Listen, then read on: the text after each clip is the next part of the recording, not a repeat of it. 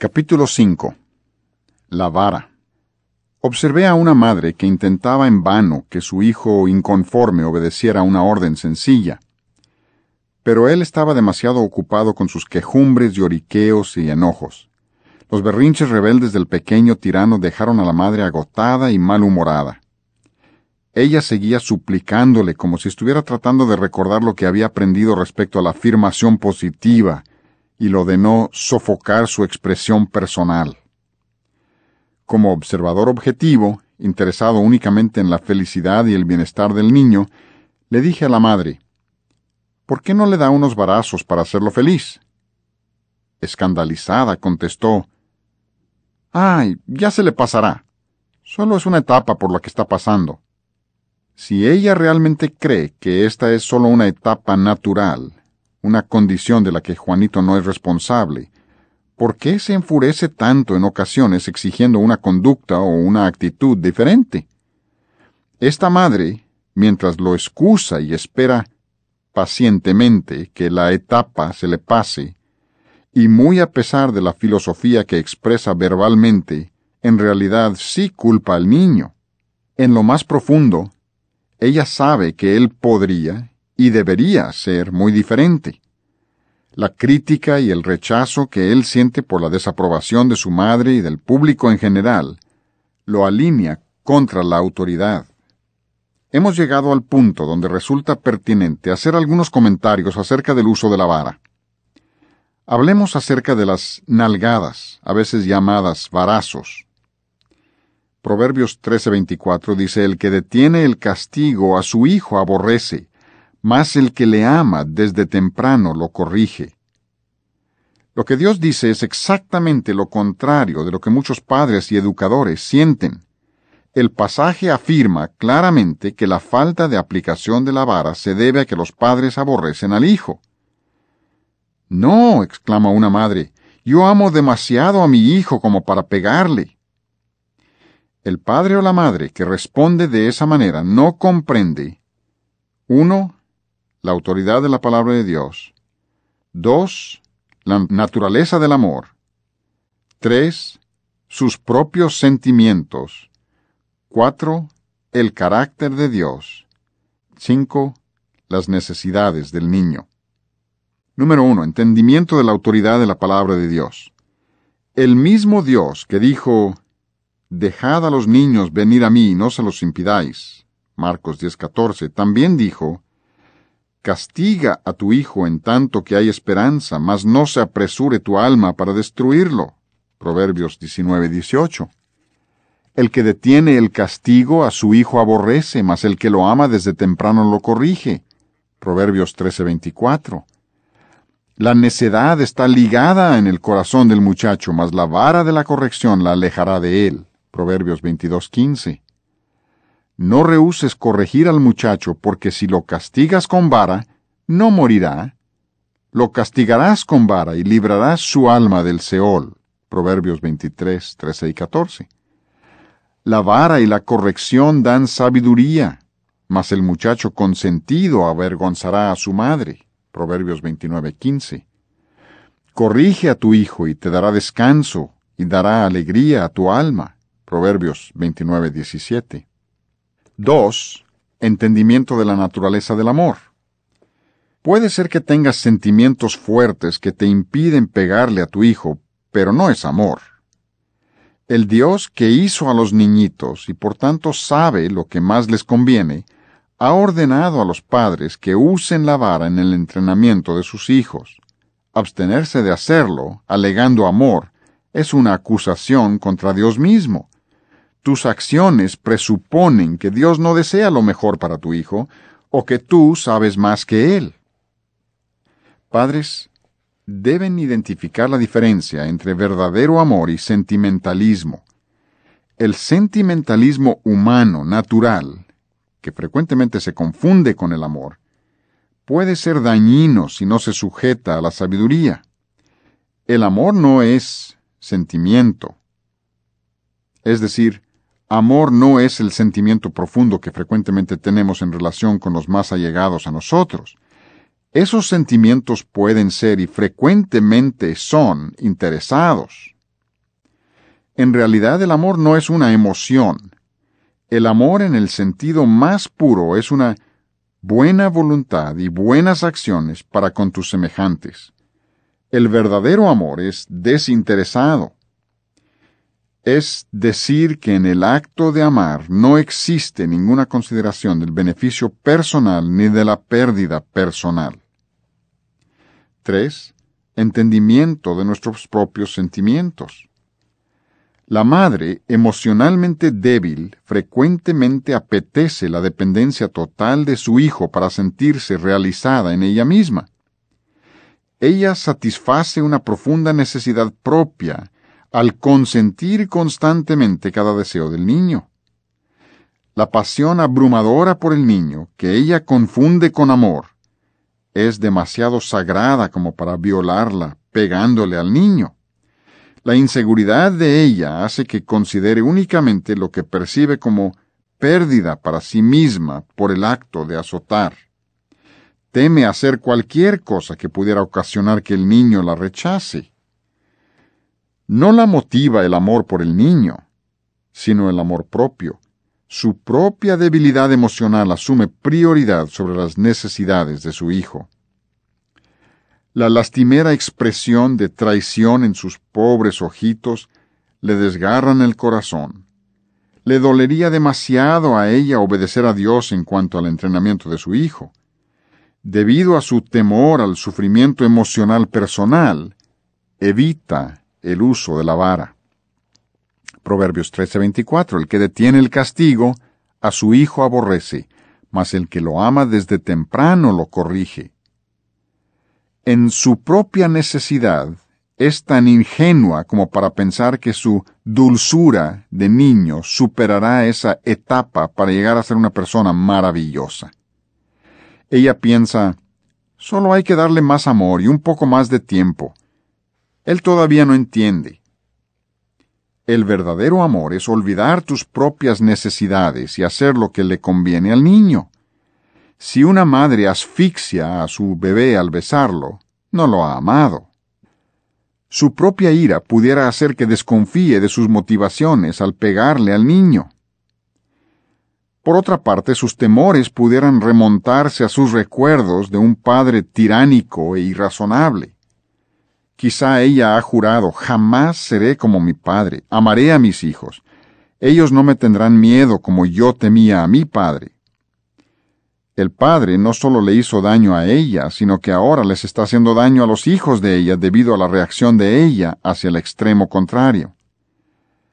En ocasiones los recuerdos del pasado hacen que una madre sienta profunda aprensión cada vez que el padre les pega a los niños.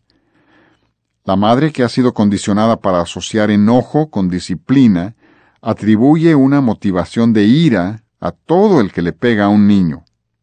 El niño percibe el deseo de la madre de protegerlo y llora por ella cada vez que el padre intenta disciplinar. En las ocasiones que el padre sí disciplina al muchacho, el hecho de que el niño sepa que ella no está de acuerdo impide que la disciplina sea eficaz y hace que el niño se vuelva chantajista. Es tiempo de dejar de reaccionar contra el pasado y empezar a actuar como Dios y la buena razón mandan. Algunos padres evitan el uso de la vara debido a la presión de grupo. Posiblemente difieran con sus propios padres respecto al entrenamiento de los hijos. En la actualidad, los padres son bombardeados por propaganda supuestamente basada en los últimos descubrimientos de la psicología que denigran los preceptos bíblicos para la crianza de los hijos. Se avergüenza a los padres y se les intimida respecto a la aplicación de la disciplina. 4. Entendimiento del carácter de Dios. El padre que se justifica por no usar la vara con el pretexto de que ama demasiado a su hijo, no ha entendido el carácter y los métodos de Dios para con su pueblo. Se ha insinuado al pensamiento cristiano un concepto torcido. Es el siguiente: como Dios es amor, no discrimina, ni exige, ni es vengativo. En esencia, consideran que el amor de Dios es incompatible con la justicia de Dios. A ellos les parece que tiene que ser una cosa o la otra. Existe la percepción vaga de que en otro tiempo Dios fue vengativo, pero que ahora es pasivo, tolerante y ecuménico. El Padre universal. Se le ha despojado a Dios de su personalidad balanceada y se le ha definido en una forma inofensiva. El cielo es bien recibido, el infierno es sospechoso. No juzguéis. El versículo más popular de toda la Biblia se cita como para insinuar que ni Dios mismo tiene derecho ya a discriminar entre lo bueno y lo malo. Con todo lo que Dios ama, también es santo, justo y veraz. Es por su amor a la justicia que Él viene en llama de fuego para dar retribución a los que no conocieron a Dios ni obedecen el Evangelio de nuestro Señor Jesucristo. Segunda Tesalonicenses 1:8. De ninguna manera se puede considerar que sea una virtud escoger un lado del carácter de Dios como modelo para nuestras acciones, mientras rechazamos el otro lado. Dios castiga a sus hijos. Los que se justifican por no usar la vara, alegando que sus acciones son más justas, implícitamente están censurando a Dios. Porque Hebreos 12, del 6 al 8 dice, porque el Señor al que ama disciplina, y azota a todo el que recibe por hijo. Si soportáis la disciplina, Dios os trata como a hijos, porque ¿qué hijo es aquel a quien el Padre no disciplina? Pero si se os deja sin disciplina, de la cual todos han sido participantes, entonces sois bastardos y no hijos. Luego dice que Él nos disciplina, Hebreos 12:10, para lo que nos es provechoso, para que participemos de su santidad. ¡Qué afirmación tan profunda! Dios no tiene ningún hijo que se escape del castigo. Todos han sido participantes, dice. ¿Y dejó de amar a aquellos a quienes castigó? Al contrario, el amor fue lo que motivó la disciplina. Solo mediante el castigo podían sus hijos participar plenamente de su santidad. Lo hace para lo que nos es provechoso. Hebreos 12:11. Es verdad que ninguna disciplina al presente parece ser causa de gozo, sino de tristeza. El castigo de Dios es un doloroso látigo. Nuestros padres terrenales nos disciplinaban como a ellos les parecía. La Escritura no solo aprueba el castigo físico, sino que lo promueve como un medio para desarrollar santidad, siempre que se administre para el provecho del Hijo. El castigo se presenta como una evidencia segura del amor, porque el Señor al que ama disciplina. Si alguno no recibe disciplina, no solo es evidencia de que no es amado, sino de que es bastardo. De modo que vemos que es el amor de Dios por nosotros lo que motiva sus actos de disciplina. De ahí nuestro pasaje original en Proverbios 13:24. El que detiene el castigo a su hijo aborrece, mas el que lo ama desde temprano lo corrige. Si el amor de Dios se expresa en los azotes que administra, entonces ¿no será posible que amemos a nuestros hijos lo necesario como para castigarlos para producir santidad? Oí a un joven rebelde que dijo, si tan solo me amaran lo suficiente como para castigarme. Recientemente una madre nos contó que después de apretarles a sus hijos con el uso de la vara, uno de ellos dio gracias a Dios por hacer que su mamá fuera más tierna. El aumento de los azotes había disminuido la desobediencia, logrando que el hijo tuviera mayor armonía con su madre. Él interpretaba esto como tener una madre más tierna, porque 3 varazos al día son mucho menos extenuantes que 50 gestos de desaprobación. Quinto, entendimiento de las necesidades del niño. La naturaleza misma del niño hace que la vara sea un elemento indispensable para su entrenamiento y disciplina. Haremos un resumen de los comentarios previos sobre la naturaleza del niño, y luego sacaremos algunas aplicaciones prácticas importantes. En resumen, Salmo 58:3, se descarriaron hablando mentira desde que nacieron. Un bebé tiene necesidades auténticas de alimento, caricias y comodidad física, pero muy pronto descubre que si representa falsamente sus necesidades, consigue satisfacer también sus deseos. Se encuentra en las primeras etapas del desenfreno total. Pero debido a la inmadurez de su alma, Dios no toma sus mentiras como pecado. Santiago 4:17 dice, y al que sabe hacer lo bueno y no lo hace, le es pecado. Romanos 5:13, pero donde no hay ley no se inculpa de pecado. Y Deuteronomio 1:39, al bebé, que no sabe lo bueno ni lo malo, no se le tiene por responsable por su incumplimiento de la ley. No obstante, los bebés sí mienten respecto a su condición y sus necesidades. Y los niños producen una multitud de pensamientos y actos motivados por su egoísmo, que al desarrollar un conocimiento del bien y del mal constituirán un cuerpo de pecado. Aun cuando en este momento no son culpables, conforme madura su entendimiento moral, despertará su conciencia y tendrán que rendir cuentas. Tu hijo posee un cuerpo de carne débil. Los impulsos que Dios ha puesto en él por satisfacer las necesidades y los apetitos físicos constituyen una oportunidad constante para la codicia. El impulso mismo no es pecado. El deseo de la carne es natural, dice Deuteronomio 12:15, pero cuando uno es atraído y seducido por su propia concupiscencia, y la concupiscencia concibe en su oportunidad, da a luz el pecado. Santiago 1:14-15. No puedes evitarle a tu hijo las pruebas que le vendrán a causa de su cuerpo de carne, pero sí puedes entrenarlo en dominio propio para que no desarrolle hábitos de desenfreno. La vara es el medio divino para conseguirlo. La vara y la corrección dan sabiduría. Proverbios 29:15. Entiende que no estamos diciendo que al niño se le pueda hacer cristiano mediante el entrenamiento, solo que su mente y cuerpo deben ser desarrollados hasta su máximo potencial de disciplina natural. Si elevas sus normas y logras que estime la verdad y la pureza, estarás auxiliando al Espíritu Santo para que lo redarguya de pecado, comprendiendo así su necesidad de un Salvador. Este es el uso legítimo de la ley. El entender el desarrollo del niño nos ayuda a entender nuestro papel en el entrenamiento. La autocomplacencia y el espíritu no gobernado producirán insatisfacción emocional en el niño, lo mismo que en el adulto. Un niño indisciplinado se sentirá inseguro. La falta de dominio propio produce ira. El no obtener lo que uno quiere produce autocompasión. La codicia insatisfecha produce desasosiego.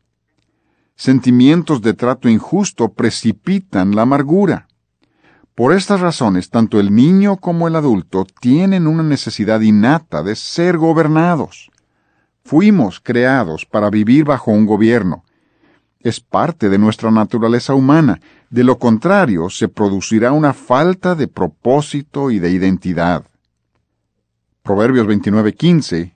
El muchacho dejado por su cuenta avergüenza a su madre. La reacción común de los padres frente a un hijo desobediente es regañarlo, avergonzarlo o quitarle algún privilegio. Quizás sus padres lo envíen a su cuarto o lo sienten en un rincón, lo jaloneen y le den unas cuantas cachetadas. Concluyen con una amenaza y lo despiden frunciendo el ceño. El niño que es maltratado de esa manera no quedará liberado de su culpabilidad ni de su rebeldía.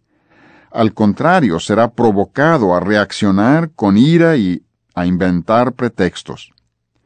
Las acusaciones, las amenazas y la ridiculización, que equivalen a intimidación, pudieran lograr que el niño se someta provisionalmente, pero aún tendrá su corazón impuro y se mancha su autoimagen. Pudiera caer en un patrón de desprecio de sí mismo. El niño más pequeño, sabiendo que no ha hecho lo que debe, experimenta culpa. La culpa es una autoacusación involuntaria. Significa que el alma se conoce a sí misma y no le gusta lo que ve. aun cuando las facultades anímicas del niño no están completamente operativas. No obstante, el niño que viola su conciencia naciente llega a estar cargado de culpabilidad y si se le deja desatendido, llega a aborrecerse a sí mismo. En la extraordinaria ignorancia de la psicología moderna, muchos sostienen la suposición de que el principal problema del hombre es que no se ama a sí mismo. Esto se debe a una falta de entendimiento de la relación entre el sentimiento de autodesprecio que procede de la culpabilidad y la motivación suprema del amor propio. Tragándose la sabiduría secular, los padres mal dirigidos intentan fortalecer la autoimagen del niño mediante afirmación positiva. Da asco ver a los padres tratando de purificar a sus hijos de culpabilidad mediante palabras dulces pero vacías. Nadie necesita ser motivado a amarse a sí mismo. Desde la creación, nos amamos a nosotros mismos por naturaleza. Pensamos en términos de lo que nos beneficiará a nosotros. Efesios 5:29 dice, porque nadie aborreció jamás su propia carne, sino que la sustenta y la cuida. Por naturaleza, todo ser humano valora la rectitud y la espera de sí mismo. Cuando no logras alcanzar tus propias normas, caes en autocensura y culpabilidad. El espíritu humano, dado por Dios, viene equipado con un juez divino residente, la conciencia. La conciencia no es más que la mente conociéndose a sí misma. Mientras más valore uno su propia bondad, amor por sí mismo, mayor será su propio desprecio, culpabilidad, cuando no alcanza sus metas en cuanto a hacer lo bueno. El subsecuente odio por sí mismo no es más que el autorreproche por no haber beneficiado a la persona a quien más ama, a sí mismo. El niño o el adulto que se aborrece a sí mismo es aquel cuya conciencia lo está condenando por no cumplir con los ideales del amor propio. La autocensura se basa en el amor a sí mismo. Entre más se ame uno a sí mismo, más se aborrece a sí mismo. Si uno se aborreciera a sí mismo de verdad, encontraría gran satisfacción en sus propios fracasos. Cuando un niño se aborrece a sí mismo, se está censurando por violaciones conocidas de su conciencia y por no vivir a la altura de sus propias normas. No podremos sacar a ningún niño del abismo de la autocondenación con solo amontonar sobre él elogios vacíos. No lo podremos engañar con eso. Solo habrá culpabilidad cuando uno honestamente se juzga digno de acusación. Uno pudiera convencerse indebidamente de una responsabilidad, pero la culpabilidad no deja de ser la autoincriminación por un acto que se percibe como malo. La conducta mala acarrea culpabilidad. Lo mismo sucede con el rechazo o la ridiculización si el niño se llega a convencer de que él es el que está mal. Los padres emocionalmente inestables a veces usan la culpabilidad para manejar a sus hijos. Padres que intentan avergonzar o humillar a sus hijos para que hagan lo correcto, podrán conseguir que el niño temporalmente se someta. Pero la obediencia que procede de la desesperanza de la culpabilidad solo profundiza la culpabilidad, alejando al niño aún más del contacto con el verdadero arrepentimiento y la restauración. La culpabilidad nunca restaura por sí misma, es decir, no tiende hacia acciones menos dignas de censura. Por el contrario, el alma culpable está esclavizada por cualquier tentación. La culpabilidad lo coloca a uno fuera del alcance de los frenos psicológicos normales. La desesperanza de la culpabilidad elimina la motivación para hacer lo correcto. La congoja producida por el fracaso abate lo que uno espera de sí mismo. La culpabilidad abate la autoestima hasta el punto en que uno no espera más que el fracaso. Esta realidad ha hecho que muchos psicólogos modernos vean la culpabilidad misma como el problema. Ver la culpabilidad como si fuera la enfermedad es como tratar el dolor de muela, pero no tratar la muela misma. La culpabilidad es parte esencial de nuestro yo natural, moral. Sin ella seríamos como detectores de humo sin alarma. Pero la culpabilidad es solo un medio para llegar a un fin, una condición temporal. Es el dolor del alma, como cuando tocamos algo caliente, diseñado para advertirnos que debemos cambiar nuestras acciones. Es una gran bendición sentir culpabilidad genuina. Es una señal de vida, una respuesta sana. Frecuentemente vemos que las almas culpables que se han resignado a su condición se imponen dolor y sufrimiento a sí mismas. Este autoabuso es un intento inconsciente de pagar los platos rotos. La conciencia está indeleblemente marcada con la convicción de que el pecado merece castigo. Intuitivamente sabemos que la maldad no solo merece, sino que un día recibirá su castigo. Desde el más temprano despertar de la conciencia, el niño es presa de esta realidad. Sigue siendo una de las presuposiciones básicas de la vida. La culpabilidad es el testigo principal de la justicia en contra del pecador. Si el problema de la culpa no se resuelve, encadenará al condenado en la miseria eterna de sus pecados. Como un celoso y aguerrido fiscal, la conciencia no abandonará su caso mientras no se asegure de que se haya hecho la justicia. Un alma culpable es aquella que siente que merece un castigo proporcional a la ofensa. Esta es una realidad psicológica. El alma, cargada de culpa, clama pidiendo los latigazos y los clavos de la justicia. Es por eso que el alma del hombre jamás descansará mientras la conciencia no haya sido purificada mediante la mirada de fe hacia el Cordero de Dios, crucificado y sangrante. El cristiano es liberado de su culpabilidad mediante el Salvador, quien llevó la maldición de sus pecados. Pero sus hijos aún no pueden entender que el Creador ha sido azotado y clavado en el lugar de ellos. Sin embargo, no es necesario que los padres esperen hasta que sus hijos tengan edad para comprender la muerte vicaria de Cristo, para limpiar a sus hijos de culpa. Dios ha provisto a los padres una herramienta con la que pueden limpiar la culpabilidad de sus hijos, la vara de la corrección. Observé a un niño pequeño, quien al ser sorprendido en una maldad, volvió la espalda hacia sus padres, se bajó el pañal y se dio 3 palmadas en el trasero descubierto. La ofrenda, aunque simpática, no fue aceptada.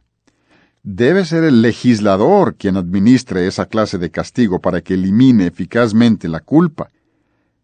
El niño no conoce sino un solo legislador, sus padres. No sigan la filosofía moderna de tratar de eliminar culpabilidad adulterando las normas o inflando con valor falso al niño culpable. Mantén elevadas las normas, a la altura de Cristo.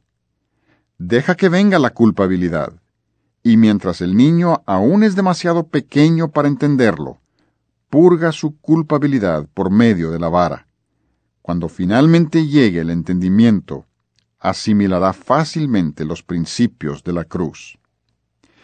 Los padres tienen en sus manos, en la forma de una varita, el poder para absolver al niño de su culpa, limpiar su alma, instruir a su espíritu, fortalecer su voluntad y permitirle comenzar de nuevo con la confianza de que toda deuda está pagada. Proverbios 20:30 dice: los azotes que hieren son medicina para el malo, y el castigo purifica el corazón. El corazón es una descripción de las sensaciones físicas que se asocian a la culpabilidad.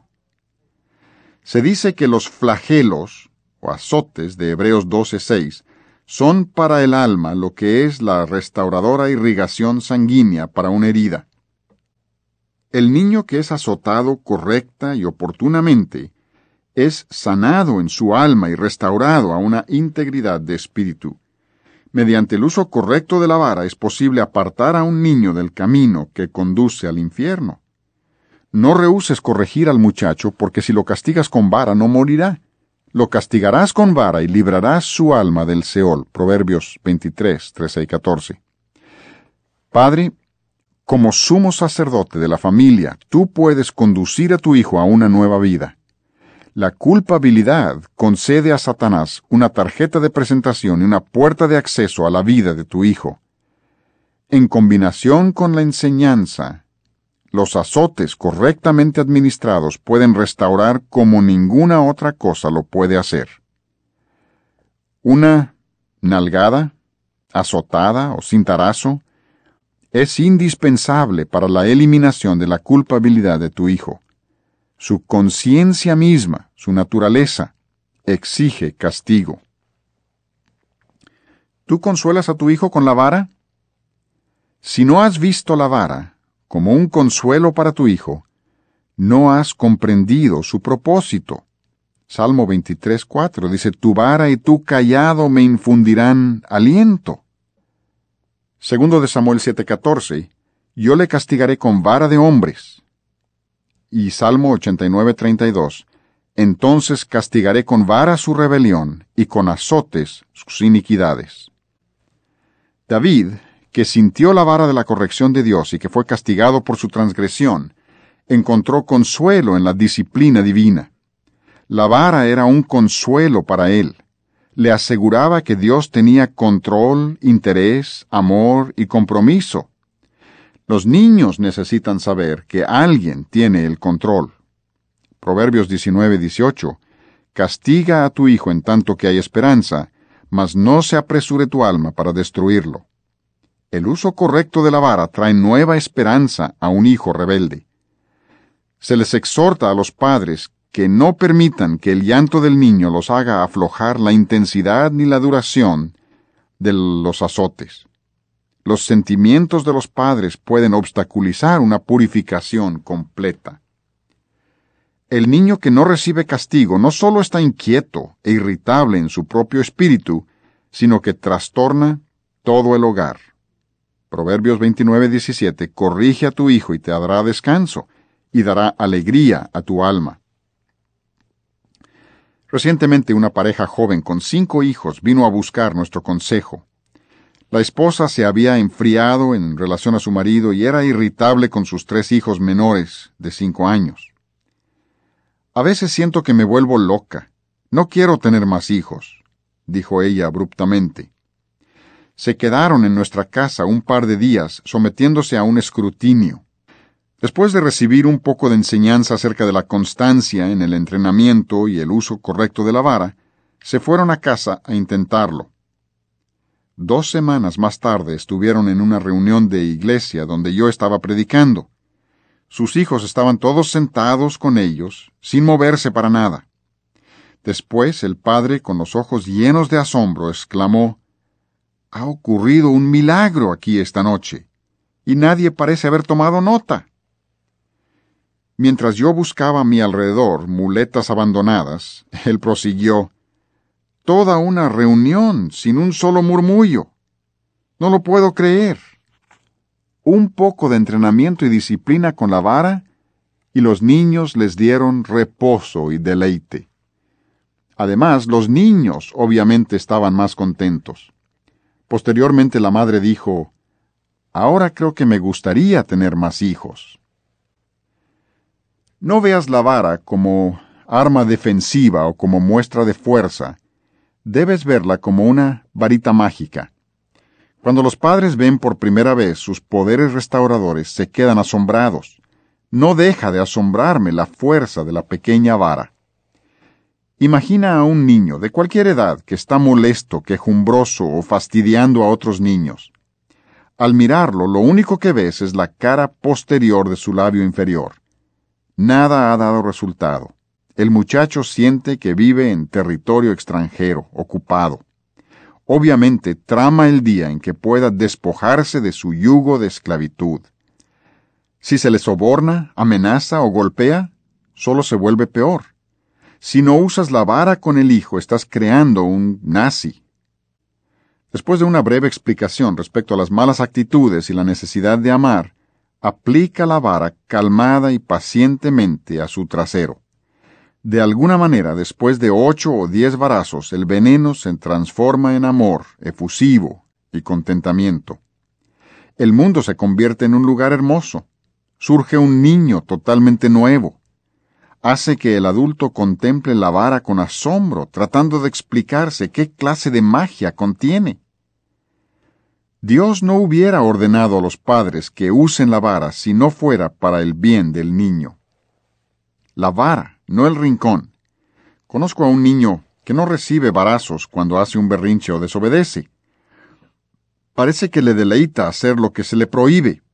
Entre más se revela, más cruel y culpable se vuelve.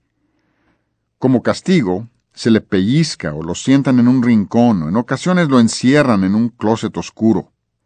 Al salir está más furioso que nunca. Sería capaz de infundir temor a un dragón lanzafuegos. Sentado en un rincón se le oyó decir: «Nadie me quiere. Soy tan malo como el diablo. Nunca hago nada correctamente». A este muchachito lo están criando para que ocupe su lugar en una celda de cárcel. Los rincones oscuros y los closets oscuros engendran oscuridad en el alma. Un cuarto vacío y un niño enfurruñado incuban culpabilidad y enojo. Solo la vara y la reprensión traen corrección. De alguna manera los niños saben que la vara es lo que justamente merecen. La vara es un regalo de Dios. Úsalo, como la mano de Dios, para entrenar a tus hijos. Continúa en el siguiente volumen. Esta es una versión en audio del libro Para entrenar a un niño. Si deseas ordenar ejemplares de este libro o del juego de grabaciones, por favor escribe a, para pedidos dentro de los Estados Unidos, No Greater Joy Ministries, Mill Pell Road, Pleasantville, Tennessee, 37033, Estados Unidos de América. O para pedidos fuera de los Estados Unidos, El Hogar Educador, 1001, Calle 10 Sur, Suite G 529, McAllen, Texas, 78501, Estados Unidos de América.